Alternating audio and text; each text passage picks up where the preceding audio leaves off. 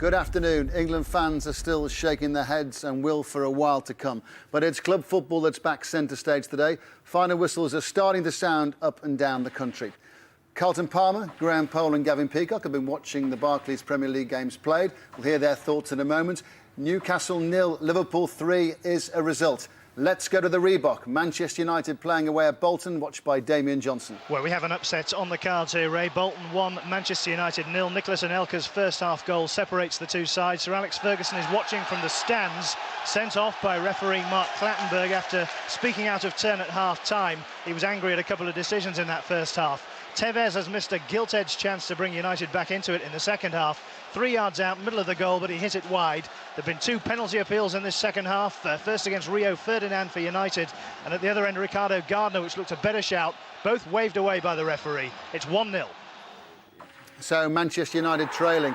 Premier League leaders Arsenal at home to Wigan. Ivan Gaskell at the Emirates.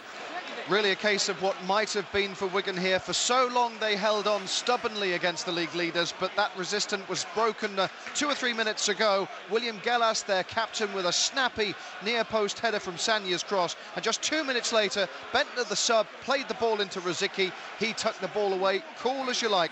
Rough on Wigan, they played well under the watchful eye of new manager Steve Bruce, but not well enough. This is the sort of result that championships are made of. Arsenal leading 2-0.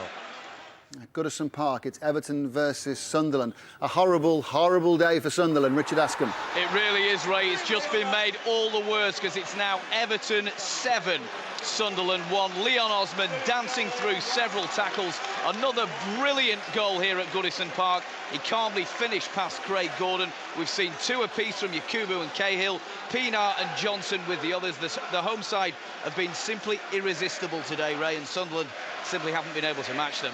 Everton 7, Sunderland 1. With Steve Bruce having left for Wigan from Birmingham, Birmingham have Eric Black in charge for a home game with Portsmouth, who arrived at St Andrews in 6th in the table. Mark Webber has the latest. Birmingham 0, Portsmouth 2. The tide of misfortune is sweeping through St Andrews. Munjani's first half goal came from a keeper faux pas. Since then, Portsmouth have been good for their second. A rocket right footed by Nico Kranjčar. All misery for managerless Birmingham. Denied a penalty shout and denied a goal for offside. 2-0 Portsmouth. Next stop at the City in Manchester Stadium to hear about Manchester City's game with Reading. City kicked off with a 100% record. 7 wins, 7 games. Reading arrived with a waveform of 1 point from 18. David Garrido. Looks like it's going to finish on as even. 1-1 here. Petrov putting City in front after a goalmouth scramble. Harper with a final effort finish for the equaliser, but surely Reading should have got a man down when Stephen Hunt scythed down Gelson Fernandes at the start of the second half. Ref Steve Tanner producing only a yellow card. City totally bossing the entire game. Petrov and subs Savaras and Giovanni all with chances, but they can't seem to find the winner. Man City 1, Reading 1. Just 2 league wins from 13 games so far this season for fourth bottom Middlesbrough. Going into a home game with Aston Villa, Steve Sutton's on Teesside. And they trail by 3 goals to 0, Ray, this afternoon. Goals either side of the break broke Middlesbrough's resistance. First John Carew just before half-time, then Melberg just after it. Agbonlahor got the third just before the hour, and Agbonlahor has just hit the post. It came that close to being number 4. At the moment, it's Middlesbrough 0, Villa 3. Graham Poll, did Sir Alex deserve to be sent to the stand? Well, we couldn't see what he said, but we certainly saw him going up and having a rant at Mark Clattenburg at half-time. Not particularly justified from my point of view of watching the first half. He obviously went too far, and Clattenburg put him in the stand. So, Arsenal get the 2 late goals. Wigan have been hanging on, but class told eventually? It did, and Arsenal are fantastic. They do not panic. They refuse to toss the ball long, and the breakthrough goal from Gallas was a classic example of great Arsenal football, played along on the ground, cross comes in, and he finishes with a header at the end. Fantastic Everton or poor Sunderland? Where does the balance lie? I have to say that I think Everton played well, but Sunderland haven't helped themselves today. McShane, unfortunately, it's one of those afternoons he's just had an absolute holocaust. You know, 4 long balls that have come down the middle. He slipped on one. He's then just escaped really a red card because he's made 2 really bad challenges. But Everton have played really well today. Let's give them credit. Do you know, before today, Everton has scored 9 goals at home all season. Today they've banged in 7. I know. In one game. It shows they're not prolific scorers, but it just shows how poor Sunderland have been at the back. Scottish Cup results, full-time whistle starting to come in. Rangers 3-1 winners in the SPL at lunchtime. Let's go straight to Celtic Park. Brian McLaughlin is watching Celtic play Aberdeen. Where we're in the final minute, Ray, and it's Celtic 3, Aberdeen 0. Jan Vinegar of Hesselink, Aidan McGeady and Scott McDonald the scorers in the match that the champions have dominated from the first whistle. Only Jamie Langfield in the Dons goal have denied Celtic a more emphatic win. We're in the final minute, as I say, and it's Celtic 3, Aberdeen 0. Celtic have a 3-point lead at the top of the table. Ian Turner's following Hibs against Dundee Forest, Dundee United. Hibs kicked off third, Dundee United fourth, both on 25 points. Ian. Give me more of this. What a superb game. Hibs should have been in front, found themselves 2 goals down with almost identical headed goals from David Robertson after crosses from the right. That gave Hibs 16 minutes to salvage a point, and within 6 they were deservedly level. Benjeloun beating Zamol Tulski from 12 yards and Antoine Courier from the... We're into the dying... 2. Mid-lunchtime games in the Championship. Well, Cardiff are winners against Ipswich and Hull were winners away at Scunthorpe and Humberside Derby. Hull up to 7th in the table as it stands. Also in the Championship, league leaders Watford travel to 10th place Barnsley with an 8-point cushion on an automatic promotion place. Natalie Jackson. Barnsley 3, Watford 2, and the Cosmopolitan Tykes are really great value for their lead this afternoon. They bossed the Championship leaders in this second half, and OK, their third was an own goal by the Watford keeper, but they've had bags of chances. The best fell to Isfan Ferenczi, who was in the 6-yard box and just hit it over the crossbar. He was so close, 6 yards out, and hit it over. Minutes to go here now. In fact, just a minute. Can they hang on? It's Barnsley 3, Watford 2. In the Blue Square Premier League, Northwich have won their first game of the season. Congratulations to them. Final whistle at St Andrews. Birmingham against Portsmouth. Mark Webber. Birmingham 0, Portsmouth 2. When you've got no manager, you don't know who will own the club after Christmas. It was doubtful Lady Luck would pay a trip to St Andrews today. The home side were brave, but a foolish error by Richard Kingston allowed fellow countryman Munjani to get a tight-edged tap in. He redeemed himself with a series of super saves to stop the inevitable tide of destruction from the Seasider later on in the second half. The home side will feel aggrieved that they were denied a penalty and a goal for offside. But this was Portsmouth's game, and Blues fans will wonder if the gypsy curse that once adorned St Andrews is back with a vengeance. Birmingham 0, Portsmouth 2. Best start to a season since the 1951-52 season for Portsmouth. In League One, 3 points separated the top 7 clubs when today's games kicked off. Carlisle top, Brighton 7th, the 2 clubs playing each other. Brighton with home advantage. Andy Barwell. And it's 2-2, a real thriller at the Withdean. League One leaders Carlisle in charge of this. 2-1 up against the 10 men after George O'Callaghan was red carded, but Brighton levelled it up against the odds. Baz Savage, good work down the right. Nicky Forster finished it off, his second of the game. It's going to be a 364-mile trip home for Carlisle. Plenty of time to reflect on how they've thrown away the win here. Deep into stoppage time, Brighton 2, Carlisle 2. News now on League Two leaders MK Dons at home to Chesterfield. Mark Bishop. It's MK Dons 2, Chesterfield 2. Ray, there is mayhem at the Stadium MK because the Chesterfield players are complaining the ball hit a hand of a Chesterfield player, but the goal has been given. It's unsighted. We don't know who the scorer is. And all this after MK Dons took the lead from the number 14 Mark Wright. 2 goals then follow for Chesterfield. But it's all happening here. A last minute, it looks like, equaliser from the home side. 2-2 at Stadium MK. Let's get back to the Reebok. Manchester United trailing. Damien Johnson. We're playing stoppage time here. Manchester United throwing everything at Bolton. Van der Sar's been up for a corner, nearly got caught out as Bolton broke away. United have a free kick about 25 yards out. Nani, Hargreaves, Giggs standing over it. This could well be the last kick of the match. I don't know whether you want to stay with me. Referee Mark Clattenburg marches the Bolton wall back just a little bit further. Hargreaves and Giggs over the ball. Can United get an unlikely equaliser here? Still Bolton who lead by a goal to nil. Hargreaves shoots, and it's just over the bar to the relief of the home fans. Bolton look like they're going to hang on here. All over at the Emirates, Ivan Gaskell. It is Arsenal 2, Wigan 0, so advantage Arsenal. For so long, Arsenal frustrated their fans, frustrated themselves, really. Wigan, a team in trouble under the gaze of a new manager, Steve Bruce, stubbornly defending as if their lives depended on it. Their place in Steve Bruce's future plans might, actually, but with 6 minutes left, it all went wrong for them. Arsenal's pure persistence and pure quality countered. Sagnier's cross, William Gallas with a fantastic near-post header. Soon after, Thomas Rosicky tucking the ball away and wrapping up the game. Plus points for both sides here, 3 points to Arsenal. A late dramatic goal of the City of Manchester Stadium. Who scored? David Garrido. Stephen Ireland with an absolutely blistering right foot volley into the top right-hand corner to nick the points here. Giovanni with a flick on after he'd had a superb chance to actually win the game himself. But as it happens, it was left to Ireland to do that. And Manchester City, 2-1 up with just seconds remaining, look to have preserved their perfect home league record. Man City 2, Reading 1. Manchester City win. Manchester United lose. Let's hear from Damian Johnson. Yes, this Reebok Stadium is alight at the moment. Bolton 1, Manchester United 0. Gary Megson's first victory as Bolton manager, and what a scalp. Bolton knocked United out of their stride from the off. Nicholas Anelka put the home side in front. Campos floated free kick. United's Piqué hesitated, and Anelka pounced for his 8th of the season. Davies was lucky to stay on the pitch for his running battle with United's Patrice Evra.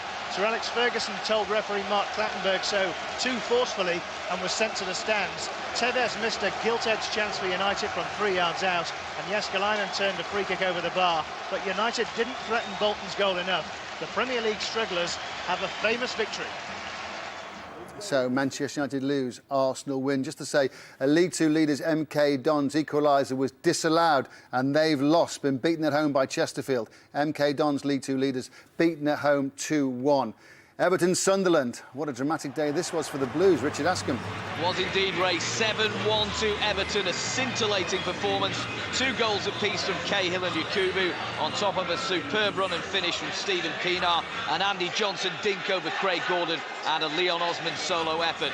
The end products of some thrilling football from David Moyes' side. Sunderland, who scored just before the break through York, were cut to pieces by an Everton team that, when you add the pieces together, looks every inch a top 6 outfit. Everton 7, Sunderland 1. From Goodison Park to the City of Manchester Stadium, 8 out of 8 at home. Manchester City beating Reading. David Garrido. A spectacular right foot volley right on full time from Stephen Ireland, nicking the points for City when it looked like they were going to drop points at home for the first time this season. The talking point, though, a shocking challenge from Stephen Hunt on Gelson Fernandes at the start of the second half. It should have earned him a red card. He only got a booking. Petrov with the opener, Harper with the equaliser, Ireland with the winner. Man City 2, Reading 1. Middlesbrough, no win in 9. Aston Villa, a hat-trick of wins. Steve Sutton. Yes, Ray, it's ended Middlesbrough 0, Villa 3. Goals either side of half-time set the seal on this match. First, John Carew just before the break turned David Wheater in the box and scored. Then just after the restart, Olaf Melberg was allowed too much time in the box. He made it 2. Scott Carson's long clearance just before the hour found Agbonlahor. He made it 3, and then Agbonlahor right at the end hit a post after a blistering burst of speed took him into the box. Villa on a roll, 3 wins out of 3. Middlesbrough in deep trouble. In the Championship, leaders Watford beaten 3-2 away at Barnsley. Second place West Bromwich Albion don't play. They play Wolves tomorrow in the leading group. Charlton kick off at 5:20. Fourth place Bristol City play Leicester. Hamish Marshall.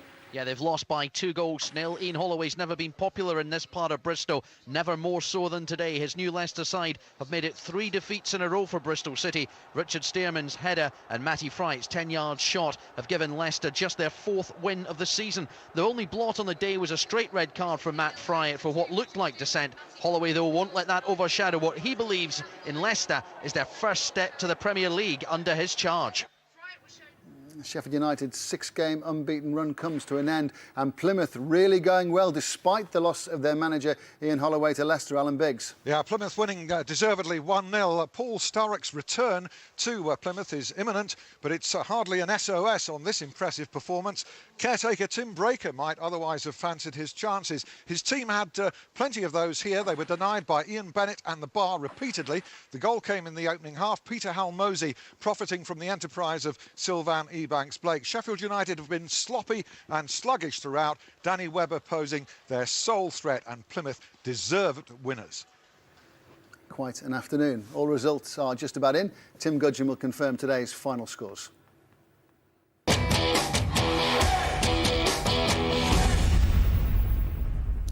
Barclays Premier League, Arsenal 2, Wigan Athletic 0. Birmingham City 0, Portsmouth 2. Bolton Wanderers 1, Manchester United 0. Derby County and Chelsea kick off shortly. Everton 7, Sunderland 1. Manchester City 2, Reading 1. Middlesbrough 0, Aston Villa 3. Newcastle United 0, Liverpool 3. In the Coca-Cola Championship, Barnsley 3, Watford 2. Bristol City 0, Leicester City 2. Burnley 0, Stoke City 0. Cardiff City 1, Ipswich Town 0. Colchester United 1, Crystal Palace 2. Norwich City 2, Coventry City 0. Preston North End and Charlton Athletic kick off shortly. Queen's Park Rangers 0, Sheffield Wednesday 0. Scunthorpe United 1, Hull City 2. Sheffield United 0, Plymouth Argyle 1. Southampton 1, Blackpool 0. The Coca-Cola League 1, Bournemouth 0, Oldham Athletic 3. Brighton and Hove Albion 2, Carlisle United 2. Gillingham 2, Hartlepool United 1. Huddersfield Town 0, Leyton Orient 1. Luton Town 1, Southend United 0. Millwall 2, Yeovil Town 1. Northampton Town 0, Walsall 2. Nottingham Forest 2, Crewe Alexandra 0. Port Vale 1, Doncaster Rovers 3. Swindon Town 1, Bristol Rovers 0 is the latest score, and Tranmere Rovers 0, Swansea City 1 is their latest score. League 2, Barnet 0, Grimsby Town 3. Bradford City 1, Stockport County 1. Darlington 1, Wycombe Wanderers 0. Hereford United 0, Accrington Stanley 0. Lincoln City 2, Notts County 1. Macclesfield Town 1, Dagenham and Redbridge 1. Milton Keynes Dons 1, Chesterfield 2. Morecambe 2, Bury 1. Peterborough United 7, Brentford 0. Rochdale 1, Mansfield Town 0. Rotherham United 2, Shrewsbury Town 0. The Blue Square Premier, Crawley Town 4, Farsley Celtic 1. Droylsden 5, Forest Green Rovers 3. Ebbsfleet United 2, Stafford Rangers 1. Halifax Town 1, Salisbury 1. Histon 2, Exeter City 2. Kidderminster Harriers 0, Oxford United 2. Northwich Victoria 1, Rushton and Diamonds 0. Torquay United 2, Woking 0. Weymouth 1, York City 2. The Clydesdale Bank Scottish Premier League, Celtic 3, Aberdeen 0. Falkirk 1, Rangers 3. Hibernian 2, Dundee United 2. Inverness Caledonian Thistle 1, St Mirren 0. Kilmarnock 0, Motherwell 1. Ernbrew Scottish Division 1, Dundee 1, Hamilton Academicals 0. Scottish Div 3, Stenhousemuir 4, Forfar Athletic 0. Tennant Scottish Cup, third round, Airdrie 1, Queen's Park 1, that's the latest. Albion Rovers 1, East Stirling 5, Arbroath 0, Cowdenbeath 1, Brechin City 1, East Fife 1, Clyde 2, Montrose 0, Cove Rangers 1, Edinburgh University 0, Coulter 1, Huntley 3, Dumbarton 2, Berwick Rangers 0, Linlithgow 1, Dalbeattie Star 0, Livingston 4, Alloa Athletic 0, Morton 3, Buckie Thistle 2, and Partick Thistle 2, Ayr United's the latest. And continuing the third round, Peterhead 0, Queen of the South 5, Ross County 4, Whitehill 0, Stranraer 0, Stirling Albion 6, 3 Rovers 0, Wraith Rovers 5.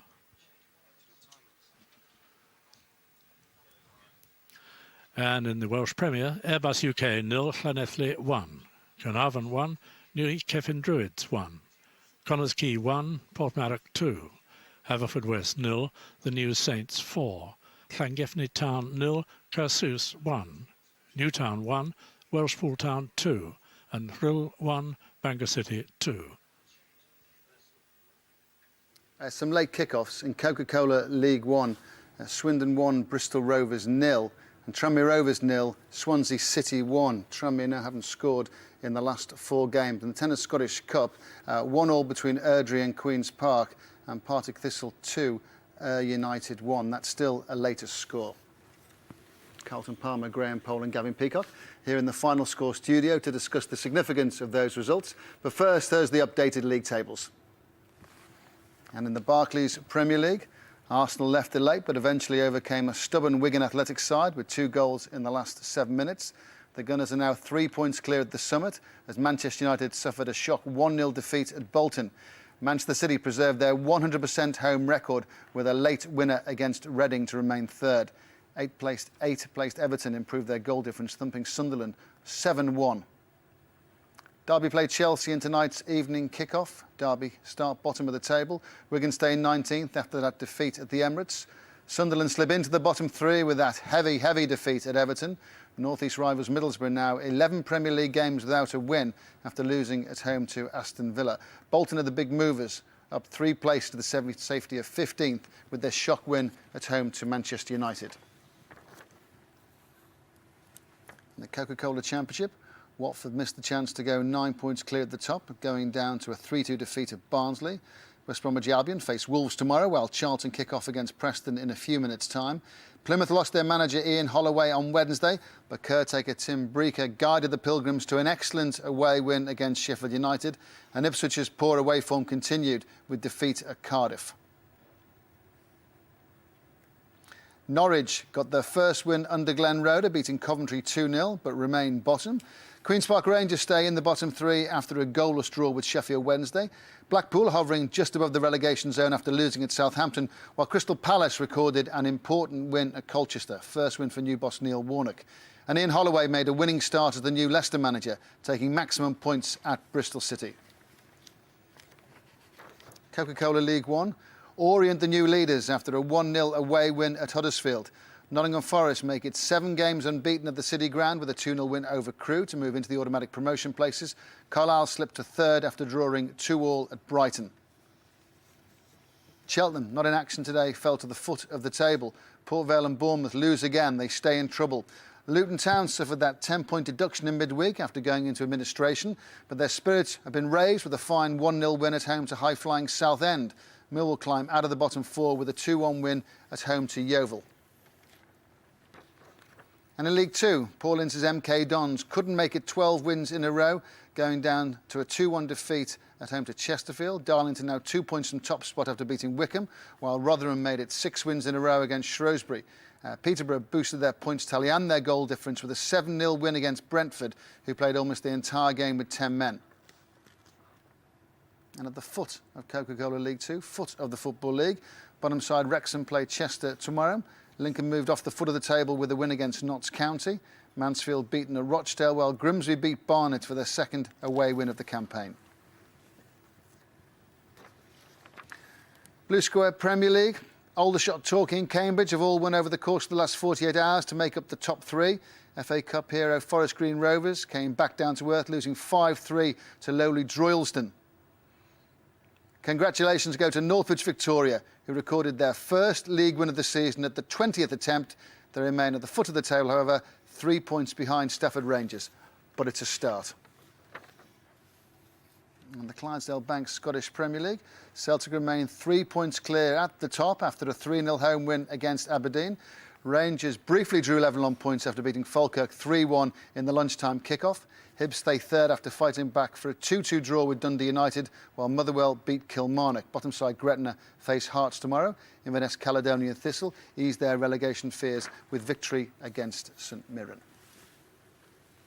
It has been an eventful afternoon, and as a summary of what's happened in 7 Barclays Premier League games played. A huge shock at the Reebok. Anelka earns Gary Megson his first win as the Bolton boss. Sir Alex Ferguson sent to the stands. Late goals from Gallas and Rosicky send the Gunners 3 points clear, ending Wigan's brave resistance at the Emirates. Steven Gerrard answered his England critics with a match-winning display against Newcastle as the Boo Boys turned their attention on Sam Allardyce. Goals galore at Goodison Park. Yakubu and Cahill both scored twice against hapless Sunderland. Melberg, Carew and Agbon Lahore all get their names on the score sheet as Aston Villa run riot against a woeful Middlesbrough side. Solly Montari and Nico Cranshaw give managerless Birmingham the blues as Portsmouth make it 5 away wins in a row. Manchester City's 100% home record is preserved by a late goal from Stephen Ireland. And all the goals, all the saves and all the major incidents will feature in tonight's Match of the Day, 10:30 start here on BBC One. Action 2 from the Derby-Chelsea game that's still to be played. Let's head back to the Emirates. John Motson commentated on the Arsenal-Wigan game for Match of the Day. They left it late, John. Yeah, they always do, don't they, Ray? You can take Flamini and Fabregas out and Hleb and Gilberto. They were all missing today, but you can't take the relentless attacking play of Arsenal out. And 7 minutes from time, William Gallas comes up from the back and scores, and then Rosicky makes it 2-0. There is 1 point to be made here, Ray, because it's been debated all day by yourselves in the studio and many other people. Are you saying to me that if we've got to cut down the number of foreign players, we can't see football like this? It's a no-brainer. Arsenal were brilliant, even without those players, and in the end they just wore Wigan down. Steve Bruce actually sat and watched the game from the stand. He would have admired Wigan's spirit, but my goodness me, he would also admire the football that Arsenal played. What role did Steve Bruce play, John? Well, he arrived with the team. He went into the dressing room before the game. He then sat in the stand. His name was on the team sheet, so if he'd wanted to, he could have gone down to the bench, but he left that to Frank Barlow. He stayed in his stand seat next to the general manager, John Benson, for the entire game. And as I say, I think he would have got something out of it, because Wigan were resilient until, of course, in the end, Arsenal, as they always do here at the Emirates, broke the opposition down. John, what's your final reflection on the lowest point for the England international team since the early 90s? Well, yeah, what I would say about it is, you know, I'm going to speak against myself here because I'm one of the people that wants the England team to do well at all costs. But when you come to a ground 3 days later and you see 60,000 people in here being entertained by a team with only one Englishman, and I ought to add, by the way, that Theo Walcott was carried off on a stretcher, you sometimes realise, well, week in, week out, this is what people want to see, entertaining football played at high speed. Can we have that and a successful England team? That's the conundrum. What's your view on that, John? What direction should we go? Can we have the best league in the world and a successful England side? I'm not sure now. I think the FA are going to have to make some very bold decisions if we're going to get the second of those things. They've got an awful lot to do to turn around what's gone on in English football these last few years. But I don't put it all down to the foreign players taking up all the places in the Premier League. I think that's a red herring, and it's a very easy excuse. John, thank you very much. Now, Manchester United, what's your summary of what happened at the Reebok today? Well, I think we saw a Bolton team who are back to playing the way that they know how. The players in their best positions. You look at the team that was out there today, it's all Sam Allardyce's players virtually.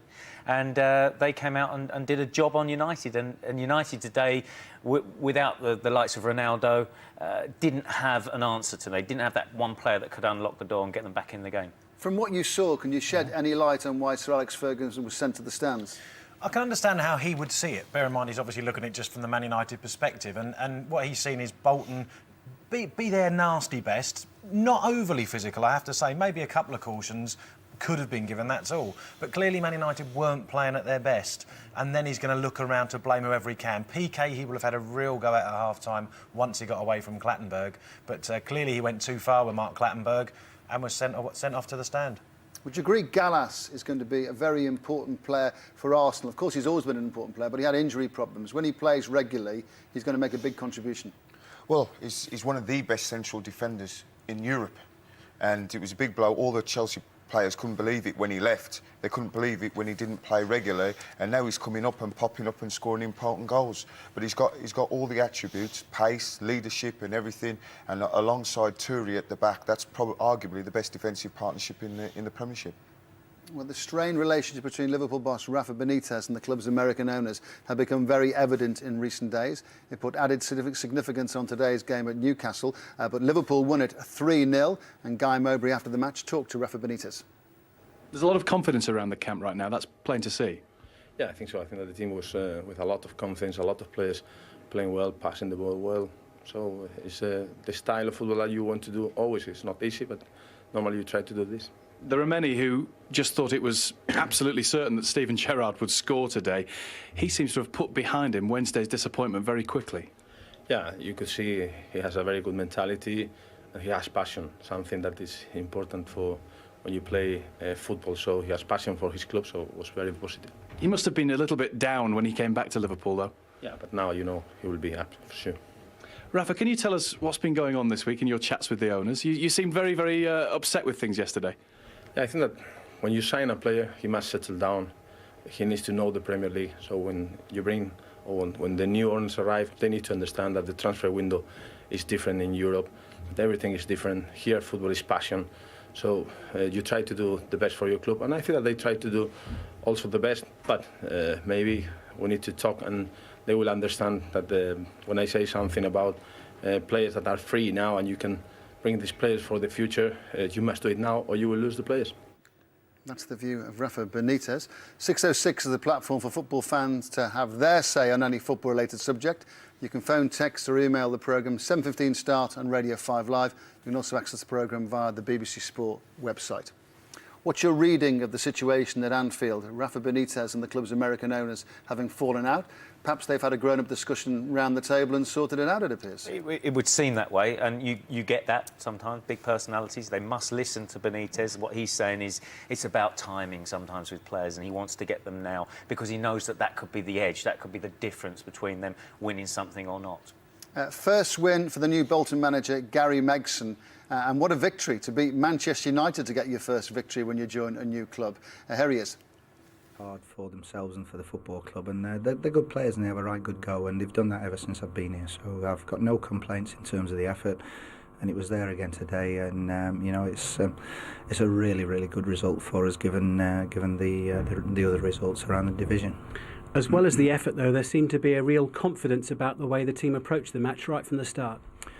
Yeah, we've had, since I've been here, we've had varying from about 6 injuries to about 12. So we went to Bayern Munich with 12 players missing. Today we only had, I think there was 2 actually missing who you would consider as first-team players.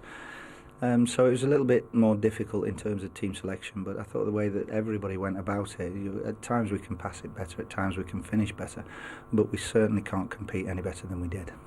You might not want to pick individuals out today after a performance like that, but there can't be too many better strikers than Anelka. No, Nick's, really you run out of superlatives. He's a fantastic footballer. There's a lot of things that he does that give us a huge advantage. There are other things that he doesn't do, and therefore the other players behind him have to do different things. And everybody, you said it yourself about not picking one out, but Nick's got the goal for us. He's done really well, but the efforts from everybody has enabled us to keep our second clean sheet in the Premiership on the trot. So there's a lot of positives. But Handy, what was at the heart of Bolton's win today, Carlton? Just getting back to doing what they do normally, making it hard for teams to play against them. They're physical, they play the ball up to Kevin Davis, and then they play off him. And when you've got, like Gavin says, somebody who can score goals like Anelka, you've always got a chance. A reminder now that a score service will run next Tuesday, Wednesday and Thursday night from 7:30. That's via the red button or the BBC Sport website. You can follow all the games from kick-off till final whistle, plus live UEFA Cup football via the red button on Thursday night. Also via the red button, you can stay with us here in the Final Score studio from now till 6 o'clock. All the league tables will cycle on the screen. We'll hear from more Premier League managers and players as they emerge from their dressing rooms. Time now to say goodbye to BBC One viewers. Have a good Saturday evening. Bye for now.